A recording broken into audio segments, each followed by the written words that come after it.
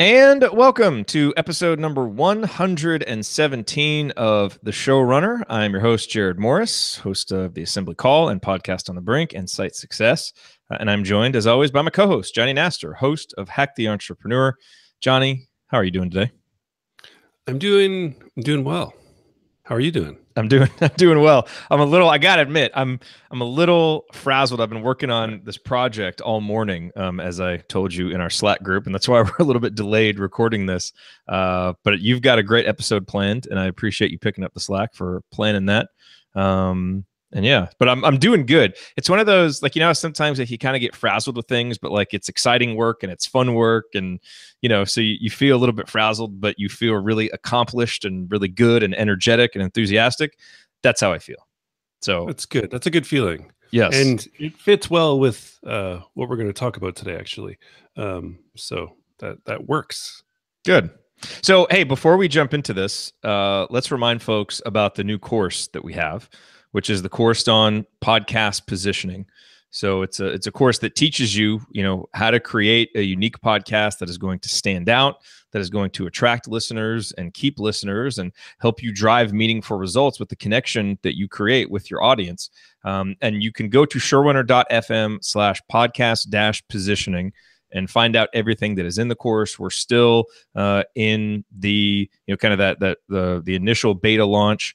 So you can get it for the best price possible right now. But the whole course is up there. We've got some bonuses that are coming, some Q&As that you and I are going to do, a bonus lesson that I'm going to add to it. So I've really, really been having a good time putting that together.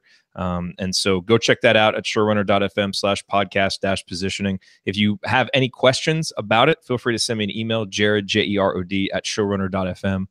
Be happy to answer that. But I hope to see many, many of you in that course, learning how to position your podcasts and create something that is truly unique and will attract the audience that you want. So just wanted to remind everybody about that before we hop in here.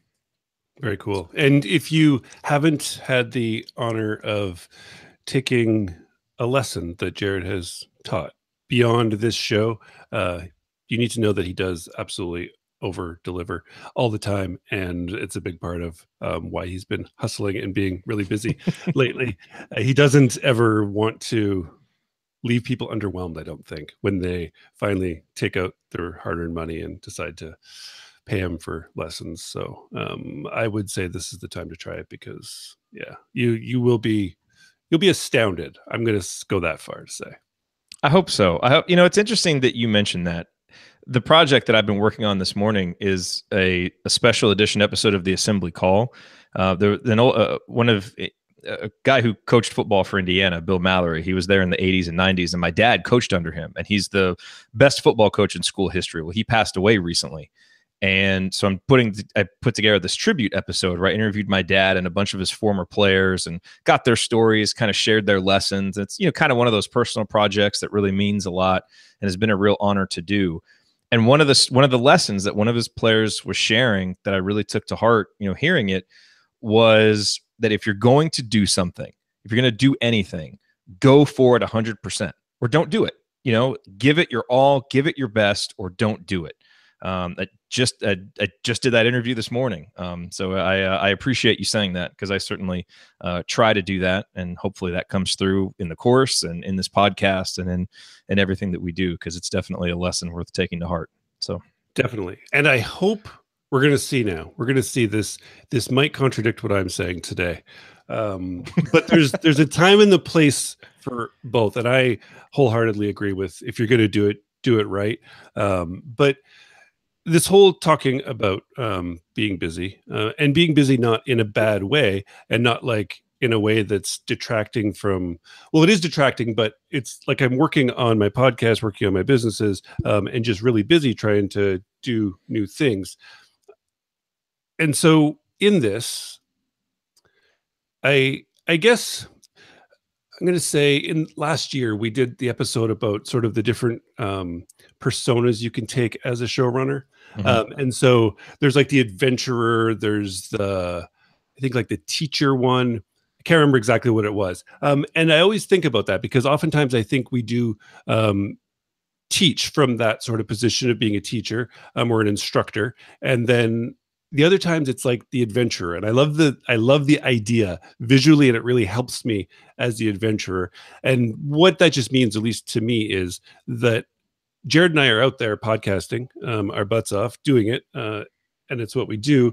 And so some things we try, they work. Some things we try and they don't work. But we're just kind of out there in the jungle doing it, and then hopefully we can bring back things that work to you, things that don't work to you. And so this was something that I did yesterday, and I think it is really relevant to you. I know that because we'll get to that, but also it's just fascinated me for the past 24 or 25 hours. So it was, so I've been busy.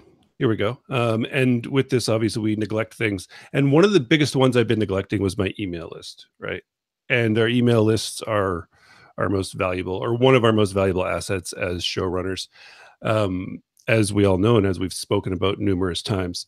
So I've got a question to start with for Jared, which is, I need to know, I guess, if this is just me, but do you ever build up something that seems to be, it's a rather small task or job or thing you have to do, but you put it off, and then the longer that you put it off, it just seems to grow in your head about how big of a job this actually is?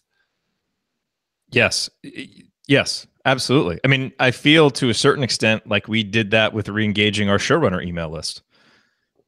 You know, when we took our hiatus, we weren't emailing, and it has taken us a while to get back to doing that. I almost feel like getting this podcast going again with something like that.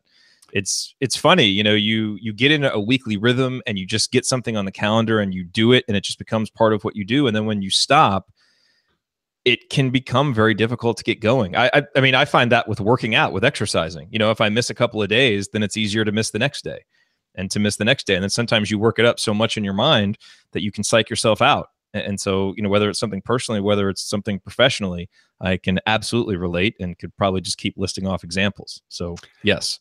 And now that you say it, it was actually our conversation on Slack that set me off to do this whole thing that I did, which was with the email. And you're like, we need to re-engage the list. And I was like, I just all of a sudden think of this big things. We've been talking about it for weeks.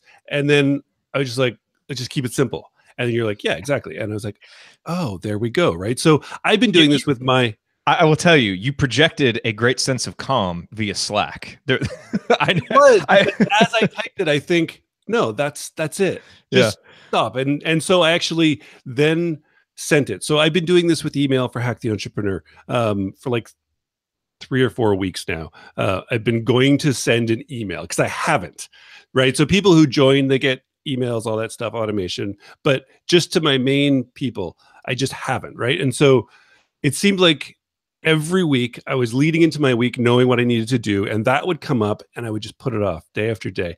And then as I did it, it was like I kept feeling like I had to just create this epic, amazing email, because now it's been so long. I can't just like drop into their inbox and say, hey, right? Like it's not how it works. And so then next week, okay, I'll do it next week. And then it's like, well, now it's another week. So it was just frustrating. And so I got the calm when I said that to you, because as soon as I said that to you on Slack about the showrunner email, I just opened up ActiveCampaign, which is where I host my emails, and I just did this, right? So I sent an email yesterday, and as I said, for the past 24, 25 hours since I sent it, it seems to have pushed some buttons in more interesting ways than any other email I've ever sent has. And I think this is really useful for myself, for all of us here, right? So some of these buttons were pushed, some were good, some were not that good. How long had it been again? How long had it been since you had emailed them? 3 weeks. Okay. So, and not an autoresponder. Like they've maybe new people have gotten that, but like sit down, send a new email. Exactly. And like, to me, that they are different, and people know, like they have a different sort of vibe to them, right? Totally. And so it had just built up, right? So I sent this email. I guess before we get too far, let me just, because people are now going to be in their head like, oh my God, this must have been an amazing email. And it wasn't. So this took me 10 minutes, literally from the time I was calmly said to you, just keep it simple, opened up ActiveCampaign. So to write it, to edit it, and to send it was, I'm going to say like 8 minutes or 9 minutes. And this is what it was. Hey, which is how they all start. It's been a while, so I'll keep this short. Here are some things I haven't been doing that I should be. And then I literally just came up with this. Well, I came up with the whole thing on the fly, but I tweaked this a little bit to kind of cover some bases. But here's some things I've been doing that I should be, haven't been doing that I should be. 1, writing to you. 2, eating well. 3, playing drums. 4, building cool stuff. 5, going on dates with my wife. 6, sleeping well. 7, calling my dad. And 8, listening to records. Here's my promise. I will get better. There's no point in looking back or wondering why. Look forward, not back. From this moment forward, I will start doing what I should be. There's no better time than now. How about you? What are 1 or 2 things that you can improve? Right? So this email, absolutely nothing special. That's kind of the point. And it was insane how it was this massive hurdle to do it. But in the 8 minutes that it took me, this is the interesting part. To me anyways, these are the stats for it as of right before this show. I looked at Active Campaign. So it went to a segment of my list that was 3,219 people. So far, 1,401 of those people have opened the email. Decent. Solid. Quite happy with that. 107 people have unsubscribed, which is almost, I'm going to say 10% of the people that opened it.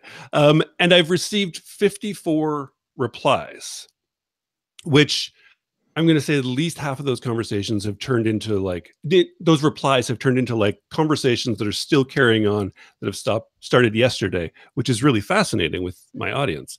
How many people had been opening your emails previously? How did that compare to the previous numbers? Those are pretty similar. It's really hard to know because everything's so segmented and so different. These were the people who hadn't got email in the 4 weeks, right? So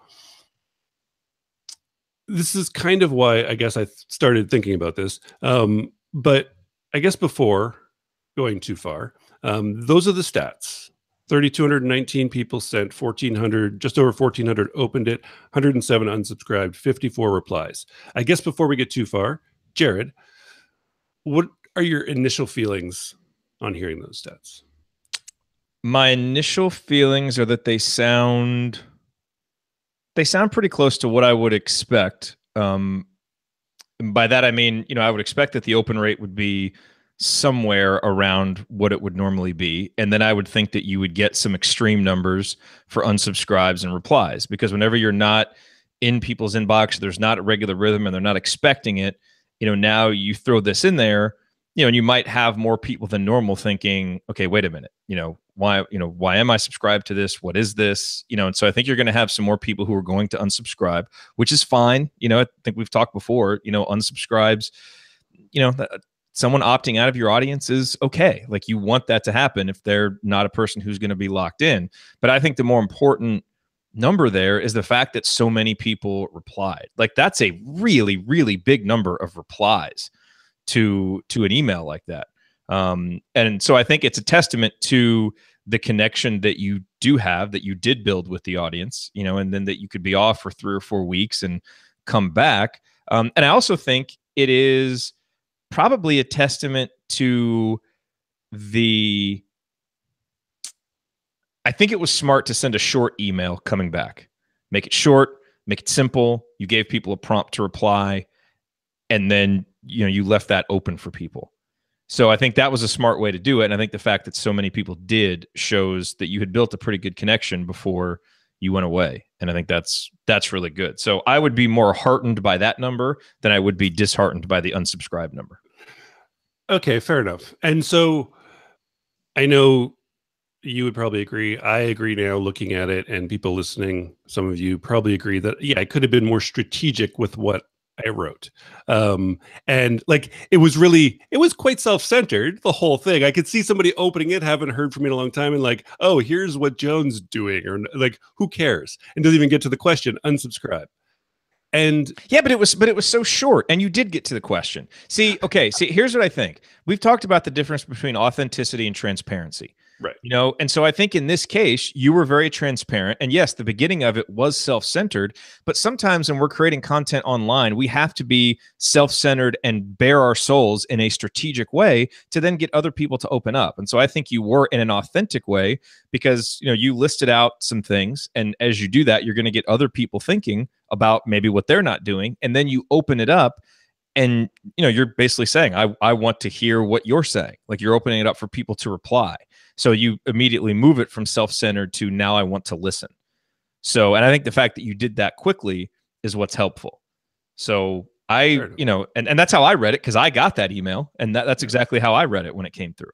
So okay, that's cool. And so again, I had no idea what I was going to write when I opened up Aweber or ActiveCampaign. I just sat there and wrote it.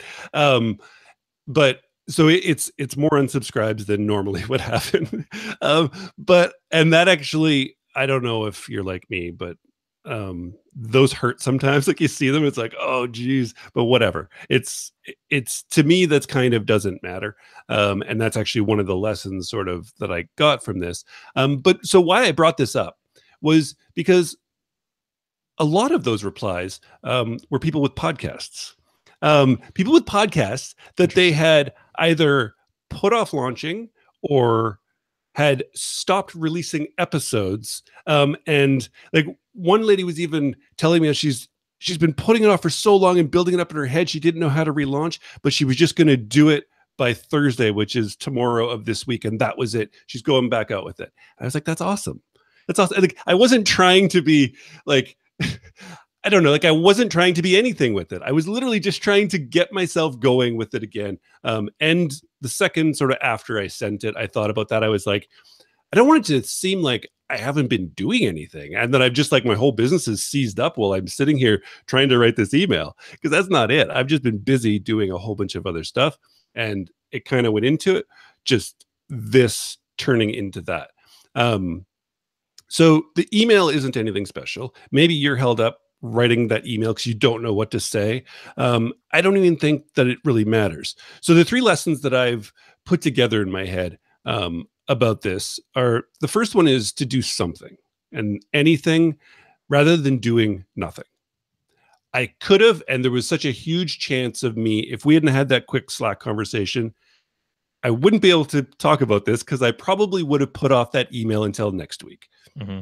Who knows what would happen? And then it's like, oh, now it's 5 weeks. Jeez, I can't. Right. Yeah. And then the other one is, which is discussing the unsubscribes. And this could be unsubscribes to your podcast feed or to your email list or to your Facebook group that you have. It doesn't matter. But I honestly believe that we should repel people rather than, or try and repel people rather than try and attract people. I think it's off-putting if you try and attract people sometimes too much. It's like you're trying to be everything to everyone, or you're trying to just, it's like the person who's trying to make everybody like them. It's too like, and so this, I think, did that. It really was a stark contrast. Some people had been on my email list for years. They're like, you've read a lot of good emails, but oh my God, this one really hit me. Other people are like, I just joined your list and this is cool. Here's what I've been stuck on. Those 54 people, like that's a serious sort of, like we made that connection. And I don't know if you're like me, but I can be really into a lot of emails or a lot of podcast episodes that I listen to. And I typically don't email the person about it. And that doesn't mean that I didn't make a connection to that person. I'm not going to open their next email really quickly. So there's still that connection beyond the 54 people. But I think it is determined by that. And I love having the mindset of try and just repel the people who aren't into your authentic or your transparent self, rather than just trying to put up a show all the time of you being this person and maybe everybody will like you. To me, that's powerful. And it's hard sometimes because, yeah, you lose a bunch of subscribers that you worked hard to get. But really, honestly, those people were not for me. And that's totally cool. And I think that it's empowering to feel that way. And to know that it's like, it didn't matter that I just sent out this email because it worked for a lot of people. It didn't work for a lot of people. Me and my audience in that medium, which is email, are stronger for it moving forward, the people that are there. And I think that's cool. And I think that strategically, I guess the way I opened it up, that I'm going to keep this one quick, was kind of alluding to the fact that more are coming now. And I just need to not drop the ball for another 4 weeks after that. And then I guess the other one that I learned was that we often think that we're the only one with a specific problem or issue or concern, right? That I'm the only one who's stuck on this. And I didn't necessarily think that, but it was insane with the people coming back and just like how they were stuck on such similar things that I've been stuck on before, or completely different even. But even, and I read the email, and it's like, that's the tiniest. How are you stuck on that? Like, I'm seeing it as that, but we all have been just completely overwhelmed by these things, and we think that we're the only one. I think that when we start to appreciate the fact that other people have had these struggles, I've had these struggles, Jared's had these struggles, it gets us over ourselves easier and allows us to do that something rather than nothing, and to move ahead into everything that you kind of want to be doing with your show. Well, and it opens you up to connect. I think sometimes, when we're creating content and we're trying to lead a conversation, I think sometimes we can psych ourselves out because we always feel like we have to have the next thing to say, and we have to be able to move the conversation to the next step and, have the next thing to teach or whatever. And that's fine. And people can learn from you and follow you and all that stuff. But for those of us who are, hosting shows and building email lists and who want to connect, sometimes to connect, you have to turn around, open yourself up and be vulnerable. And now people feel okay. They feel empowered. They feel appreciated when they open up right back to you. So that's where I think the power of recognizing that, you don't always have to hide the issues that you're having. Sometimes you want to lean into them and share them and connect with people about them. And that doesn't, lessen your position as a thought leader or less, whatever you're trying to build. It just brings people closer to you and actually helps you earn more trust. And that's really what we're trying to do here, at least in the way that you and I run shows and the way that we try to set an example, and kind of explain those things. So I think that makes total sense to me. And I never cease to have a good experience when I do that. And it can be so hard sometimes to overcome yourself and, hack through all your pride and your ego and everything to actually admit something like that. But it typically ends up working out very well in the long run. So, it makes total sense to me. And I appreciate you bringing that because it's a good lesson to revisit and remind ourselves of. Yeah. And it ties back to that mindset of just not always having to be the one with all the answers, but you're there just at the forefront of your audience doing stuff. Some of it works, some of it doesn't. Some of it's a mishmash of both. And that's like a real character trait that people admire in others, and then bring that information back to them. And it doesn't have to be something that's 100 steps in front of your audience. Sometimes that's actually too far, and people are so disconnected from it that they just feel like they could never get to where you are.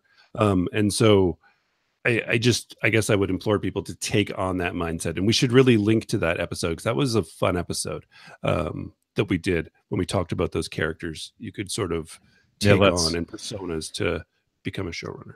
Yeah. And by the way, I think that this conversation connects really well to what we said at the beginning when I relayed the lesson that, Coach Mallory, his ex-player, talked about with, if you're going to do something, give it your best, be all in. I totally think you did that with this email. I know, whatever. So it took you 8 to 10 minutes to write the email. No one cares how long it takes you to write an email. That is literally one of the most irrelevant elements of an email, how long it took you to write it. It's, did you put yourself into it and your heart and soul so that you could connect with people?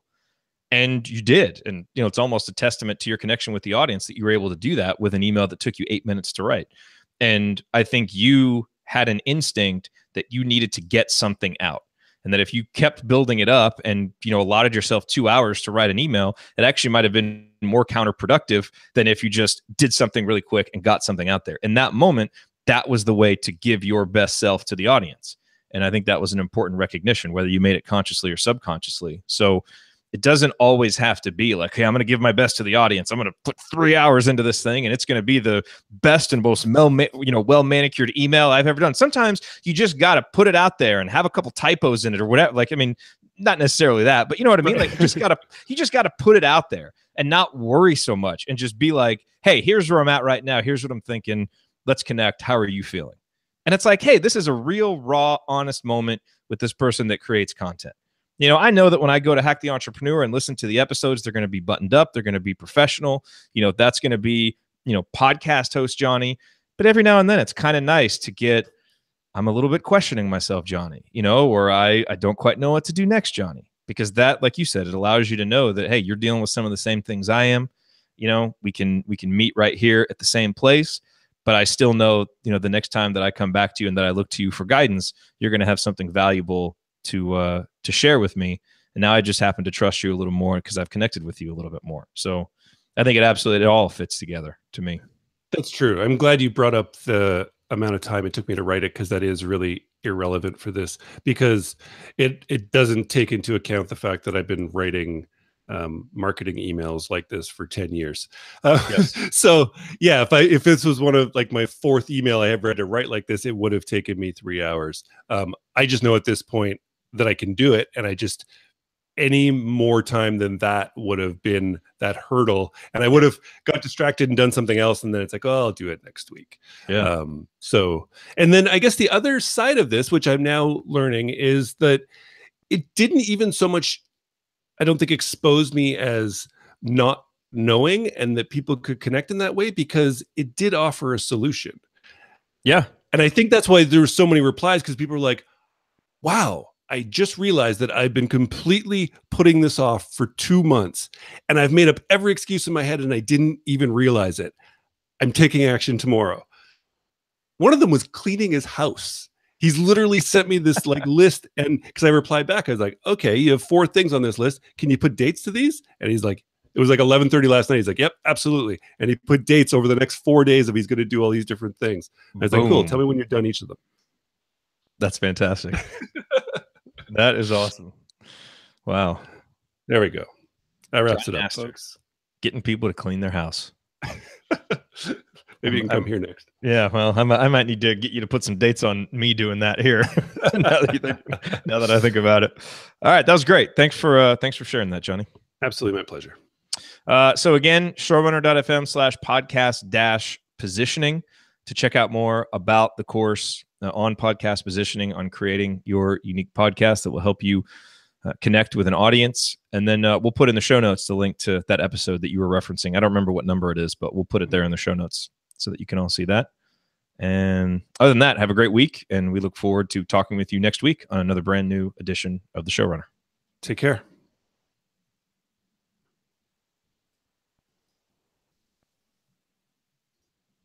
Awesome, man.